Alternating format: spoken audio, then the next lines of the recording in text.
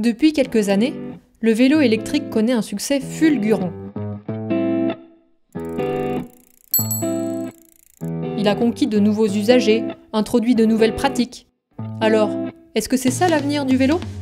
Les vélos à assistance électrique représentent en France 13% du nombre de vélos vendus, mais 40% en valeur.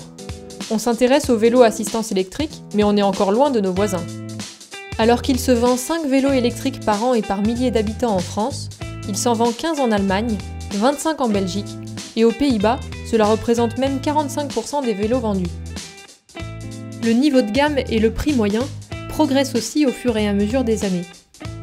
Les ventes sont en partie dopées par les primes à l'achat accordées par certaines collectivités. En 2017, l'État généralise une prime de 200 €. Résultat, les ventes ont été multipliées par 2 cette année-là. Étonnamment, en janvier 2018, quand l'État restreint l'accès à la prime, les ventes de vélos à assistance électrique continuent d'augmenter de 21%. Cette aide à l'achat a permis de rendre le vélo électrique visible et crédible. Le vélo à assistance électrique n'a pas que des amis, et on le traite souvent de vélo de fainéant. Le moteur n'est qu'une aide et ne dispense pas de pédaler.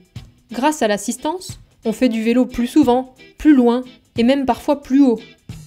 Au final, les utilisateurs de vélos à assistance électrique ont une dépense énergétique annuelle supérieure aux utilisateurs de vélos classiques car ils parcourent plus de kilomètres. 2/3 des vélos électriques sont utilisés pour des déplacements du quotidien.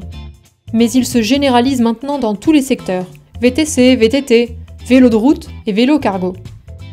Les vélos cargo à assistance électrique ouvrent aussi à de nouveaux usages, pour le transport des enfants ou des marchandises.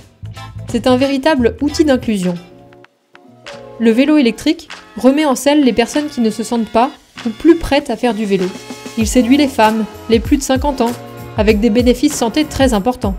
Mais il est aussi utilisé par des actifs pour des déplacements domicile-travail plus longs.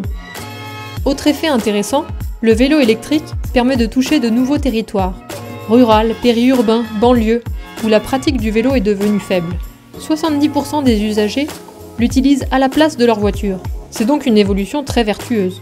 Certains lui reprochent l'impact environnemental de sa batterie lithium, c'est vrai. Mais rappelons que cette batterie est très petite au regard du service rendu et que pour sa fin de vie, la filière de collecte et de recyclage Corépil a été mise en place dès 2017. Enfin, à l'usage, un vélo électrique ne consomme pas grand-chose.